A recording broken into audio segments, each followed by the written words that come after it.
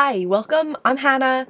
I love indie makeup and I'm going to be trying a brand today that I've never tried before, which is Pretties for Your Face. So I picked out 9 shades. I haven't touched them at all since I got them like 2 days ago, and I'm really excited and curious to see what they're all about. So let's just get into it. The first thing of note is that I bought them when they were having a 50% off sale because a creator that I follow kind of like jokingly points out whenever they have a 50% off sale, because they have a lot of 50% off sales. So if you're interested in purchasing, wait for a 50% off sale. If you're feeling overwhelmed in purchasing and making your decision quick before the 50% off sale ends, just wait, and there's gonna be another 50% off sale in a couple weeks. So that's the first thing I want to say. The second thing I want to say is that I picked out 9 colors. I think my taste recently has been veering a little bit more neutral, but these do look, in my opinion, a little bit more subdued than they looked on the website. And for reference, I'll post up a picture here of the 9 shades that I bought that I saved for my personal little collection of pictures of things that I bought. And I put these in the same exact order. And I think some things about that stand out. Like, I think this green here looks a bit deeper and grungier than it does in the picture. And then I think this one here is like a pinky red in the picture. This is the one Rock Biter. And I mean, I've seen swatches of it too, so I'm curious how it's going to look when it's swatched out, but it does not look at all warm in the pan. And, you know, I think there are small differences with all of them, really. And, you know, that doesn't matter. I just thought it was fun to kind of know because I haven't tried these yet, so that's just my initial first impression. I also think that in the pan, they look like they're different formulas. Like, I can tell that these two here look more like special and flaky. Like, I think for my shimmer eyeshadow taste, these have the most hope so far. And then some of them look kind of smooth. They also have 2 different price points. They have shadows that are originally $5 and I got for $2.50. They also have some that are $10 and were marked down to $5. And the 2 that I bought that were the higher priced ones are these 2 down here. So you can tell that like one of them looks like that really special sparkly formula, and this one does look more smooth. So we'll see what's going on with that. I've learned you can't always judge a pan by its appearance, but sometimes you can. So I'm going to rearrange these to how it makes the most sense to eye swatch them, because I'd like to have more comparable shades on my eyes at the same time. And then we'll start going in shade by shade and see what's up. Okay, so I don't have anything on my eyelids, and we're gonna go in with the first shade, which is Light as a Feather. This one doesn't look so insanely foily or anything like that, but I don't expect it to. I'm kind of hoping that this will be like a pretty inner corner shade. I am gonna put it all over my lid right now, but that's how I imagine using it in the future. It's described as a shimmery pale pink with strong turquoise duochrome. Yeah, it does feel pretty like packed down, pretty well grounded. Is that the word? Like, it's not in like foily flakes. It feels like a thin grounded powder that's pressed down. Okay. Yeah, I think that's kind of how I expected it to look. I wasn't thinking that it was going to be like a pow lid shade that I'm going to want to wear every day. I kind of don't want to put it on my inner corner right now because I think it's going to be harder to get off. But I'm going to, you know, put on a makeup look after I finish going through all these swatches to deliver my final thoughts. And I'm definitely going to use this for the inner corner for that. So, initial impression, not super impressive, but this isn't how I imagine using it. Okay, the next one I decided to do now because it's like a weird shade, and that's what I was intrigued by it. It's called Moby. I also like Moby. I like the singer Moby, so it's possible that influenced my decision more than I realized, but I mean, I like that it looks like a weird shade. When it has direct light on it, it looks very light, and then when it has less direct, it looks pretty deep. It's like a weird taupey brown with like a lot of like light, almost turquoise shimmer in it. I don't know, it looks so interesting. It's described a satin base of brown with a yellowish undertone with lots of gorgeous green sparkle. Oh, and it was named after someone's cat. I love cats. Yeah, this one feels very kind of like strange and packed down. I think it feels like I would imagine a satin feeling. This is so interesting. Something about it I feel like looks very like airbrushed. Huh.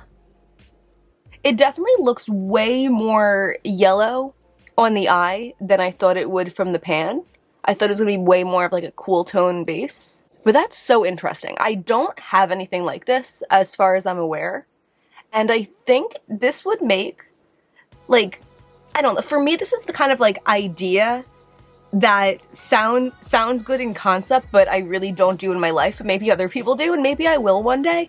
But like the idea of like a one and done shadow that you can count on, that you wear to work or whatever, like I can imagine this being someone's shadow that they keep in their makeup bag, and like you just throw it on and, you know, it gives you like a little bit of eyeshadow. It's not too much, it's not too boring, it's no work at all. Like I could definitely imagine doing this and not including any mattes, not buffing it out, just plopping it on with your finger and going. So yeah, that's a really interesting shade. I feel like I could also, if I wanted to, use it as a crease shade because the shimmer in it is kind of like subtle enough that it would just be like a crease shade for a really shimmery look. I don't know, that's really interesting.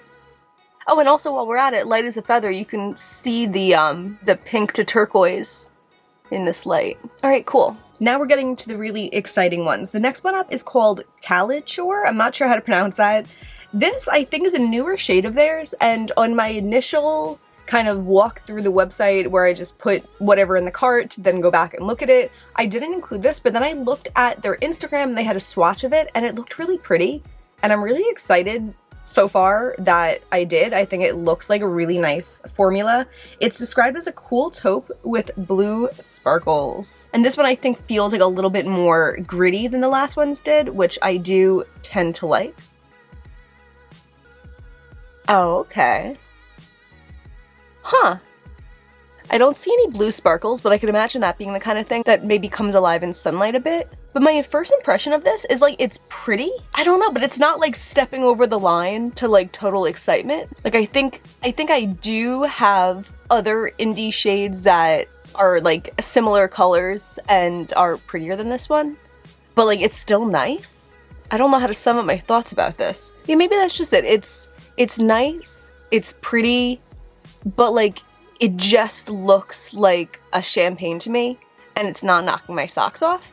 And like, I mean, I think with these, with like the prices, I'm expecting them to be more so luxy quality than Terra Moon's quality. There's always some ingredients that are being skipped out on for things to be so cheap, and the fact that they constantly offer 50% off sales means like that's how much they value their products. Like this isn't a $5 eyeshadow, even though that's still cheap. This is a $2.50 eyeshadow, which is really the same price as Luxie's $3 eyeshadows. So I think it's kind of on par with like a pretty formula Luxie shadow, but it does feel like grittier and like kind of like tougher than other Luxie shadows do. So like it's nice, but I'm not like gonna be rushing to wear this, you know? Okay, this next one is one that was like a definite yes when I saw it. I definitely wanted to try it out. It's the shade Asteroid, and it does look really pretty also. It looks like it has like a little bit of that like interesting what color is that kind of thing going on. It's described as a metallic taupe base with pink and violet sparkles. This one feels a little softer than the last one. Like the last one did kind of feel like sand going on my eye. Oh yeah. Yeah, the formula of this feels so different. It feels like thinner going on, and it feels just like it instantly spreads. Like this one felt more like paste that I'm applying and it's staying where it is. And this one kind of like fluffed around when I put it on. I definitely prefer this one. I just think it's like a nice, easy sparkle, and I think that there's like a duochrome that's very clear on this one. This shadow definitely feels more special to me. Still not like the most special thing I have in my collection, but it's a nice shadow and I think I'll use it.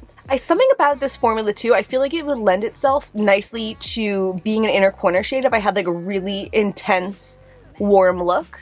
Maybe I'm wrong because that base would be kind of dark, but I can imagine that. So that one is Asteroid. I did dust my powder brush without any new product over my eyelids just to make sure they weren't wet from removing the past shades. Next shadow that I'm going to try out is the one that I'm most excited about. So if this shadow, I mean, I was gonna say if it isn't good, but really either way, I think it's gonna be downhill from here.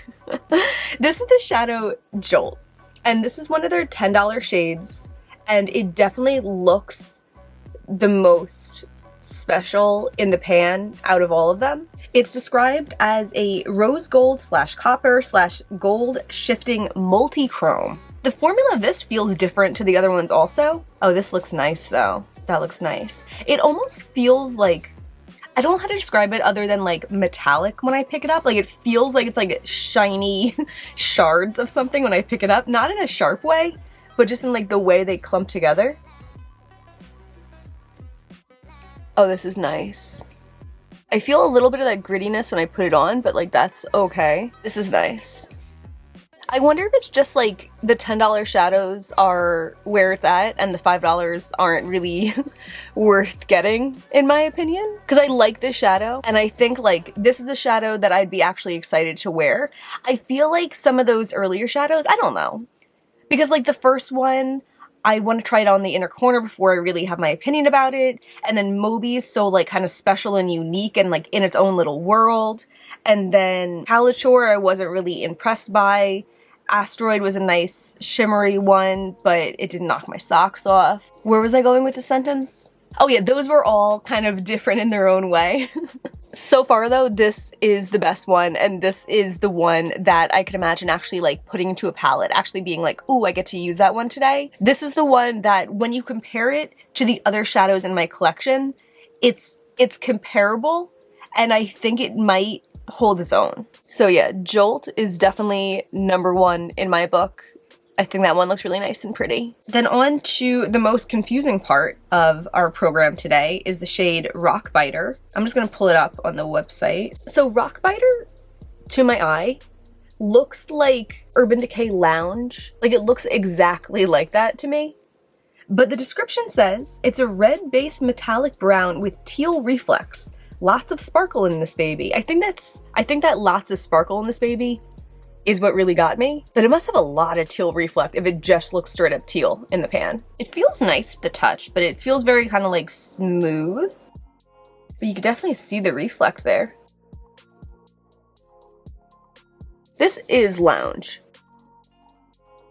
Like that's straight up what Lounge looks like. Because like even like the swatch they have on their website, like that looks like a burgundy. And like I see like a similar base on my eye, but the eye is so teal. This also looks like brighter and more sparkly in the picture than it does on the eye. So I don't dislike this. I think it's interesting. I think it's pretty. I think I could definitely see myself using this, but this looks very different to what I expected from the website. It's interesting and I like the sparkle with the base. I like how they're so different from each other, but that's not at all what I expected. So the next shade is Love's Band. We've officially entered the cool tone territory. This one I'm really curious about because it does kind of just look like green, but there's something dingy about it that makes it really interesting. And then there was a swatch on Instagram that is what actually made me want it, where it just looked like a cool, like greenish brownish shade. The swatches on the website look a lot darker though, so I'm wondering how it's gonna look. I just don't know. It's described as a super shifty, grungy olive with a turquoisey shift. It was created by Keep Beauty Real on Instagram. This one definitely, like it feels, I think, similar to Khalid Shore, that you can kind of like feel the grittiness when you're picking it up. But then I don't feel any grittiness putting it onto my eye. I feel like the formula of this feels similar to Moby. It feels just like a straight up satin. Yeah, I don't know. It just reminds me of the kind of shade that you'd get like in like a Too Faced palette in 2012. I don't know. It's interesting, but I'm pretty sure I'm never going to wear it because if I want something green like this, I'm gonna want something super sparkly. Unless like I use this as a base and then I topped it with something green and sparkly, but I don't even know if I would go, like I don't know if it would be worth that extra effort, but I could see that being like the way that I would like to use it. I feel like it also does look kind of similar to the swatch on the website in tone. I think it does have more of like that deepness than what I was wanting it to be. So I don't know. I think if you're someone also that's like wants to be into indie makeup but doesn't want that like super ridiculous sparkle, you want a collection of very like work-friendly type of eyeshadows, I think this is one that would be in your lane. Like, especially like, I've talked about that with like Sydney Grace, that I think they make very wearable eyeshadows. So because of that, they're not always like intriguing to me, but I know a lot of people like them for that reason.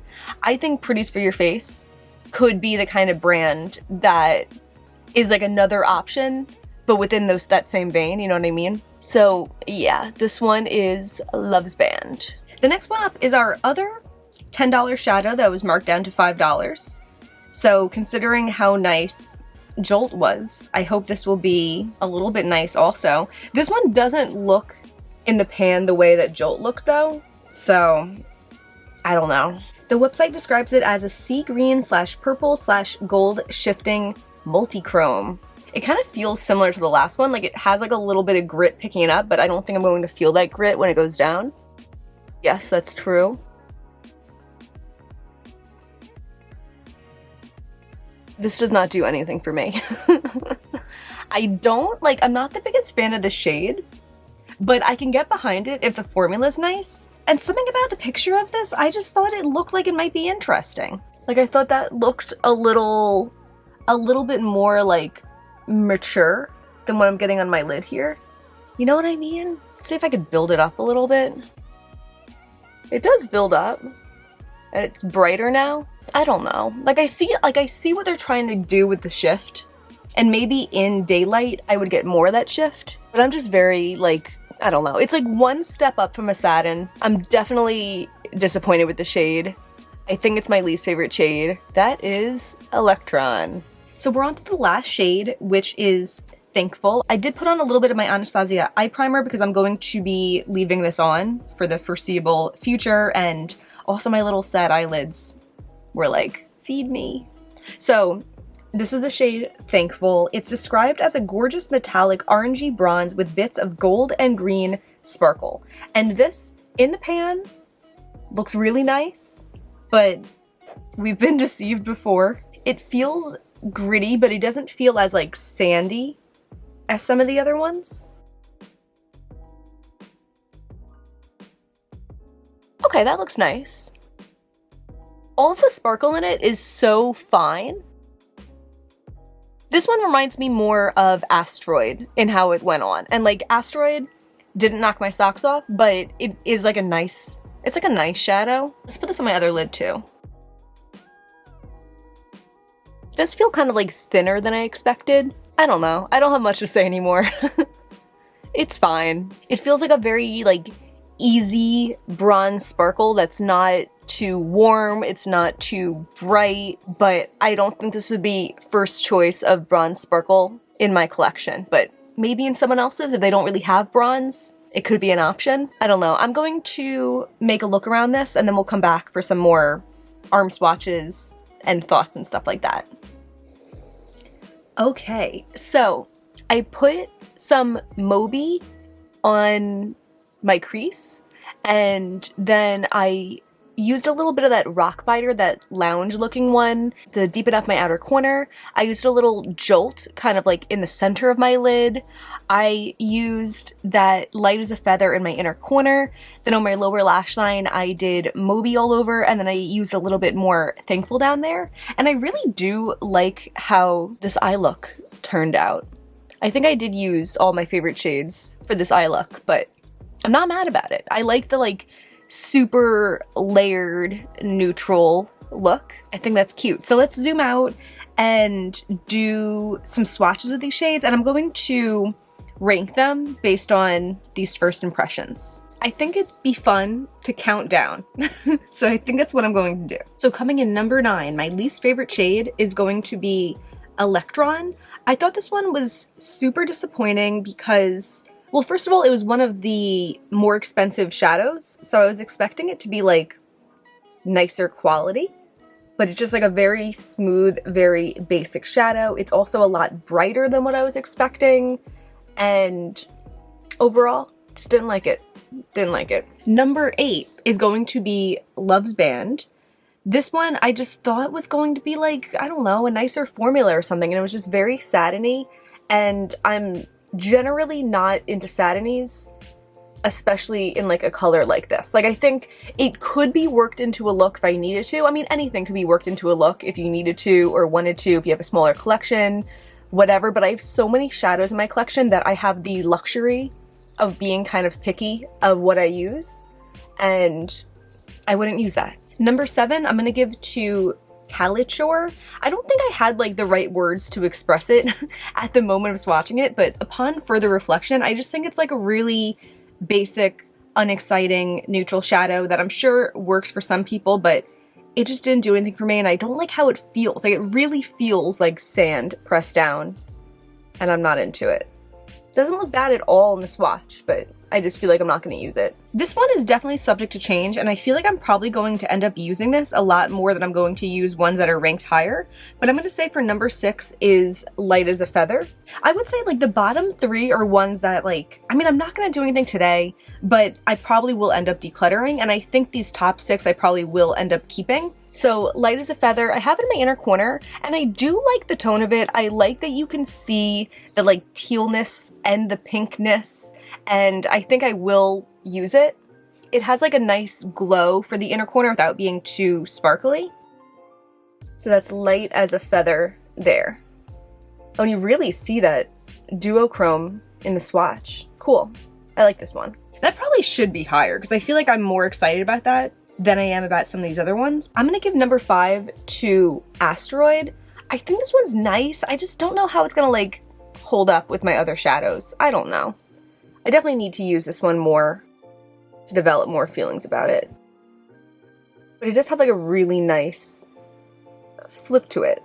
Number 4, we're gonna give to Thankful. I don't know. I do like how it looks on my lid, and I think I will get use out of it. It's like an easy shadow with a nice sparkle to it. After that, I'm gonna put number 3 as Rock Biter. Still doesn't look anything like it does on the internet, but I like it. And I think like, I don't know, I mentioned a lot using shimmer shades to deepen up my outer quarter, and I think I mention it even more than I do it. But I think this is definitely a shade that I'm going to be reaching for that purpose, especially because like, I don't know, I feel like it seems like a darker counterpart of something like Grisaille. Like, it has those tones to it, and I think it would just look really good with one of those shades, or like Party Monster from Give Me Glow. I like it, and I think it's formulated really well. Number 2 is going to be Jolt. I think this one's probably the most like, the closest shadow to, you know, the shadows I rave about from other brands that are like so sparkly. You know what would be pretty too? If I had Rock Biter all over my lid and I had like Jolt on top of it. Yeah, I like it. This has like a nice wet shine. And then number 1, to my surprise, and maybe to yours, it's gonna be Moby. I don't know. I think it's just like an interesting formulation, and using it as like a matte in my crease for this look today, I was all about it. Like, I think that like a lot of the shimmers aren't as good at being shimmers as other shimmers that I have in my collection, but this is like a more interesting matte than the mattes I have in my collection, you know? I could use it being a little bit less yellow, but I think like in this look, it doesn't look too yellow. Like, it has some like nice warmth to it, but nothing too wild. I don't know, I think this is kind of special, and I think I could get a lot of use out of this, and I'm excited about it. I'm the most excited about this than about any of the other shades that I tried out today. Yeah, so here's all my swatches. It's been a little bit of a roller coaster because I think I started out pretty disappointed, but upon reflection, like, they're nice. You know, they're not Cleona quality or Terra Moon's quality or Divina quality, but if you want to expand your collection of like Luxie shades or of Sydney Gray shades, I think this is like a nice option to, you know, try something new, have some more colors, purchase something inexpensive. But I think that you also have to be, I don't know, kind of open-minded, because a lot of these are just not what I was expecting to get. If you are planning on purchasing, I hope this was some helpful information, because a lot of these did turn out to be quite different than what I thought they would be. And that's gonna be everything for today. If you enjoyed this, please give me a thumbs up and subscribe. It really means a lot to me. And thank you so much for being here. Bye.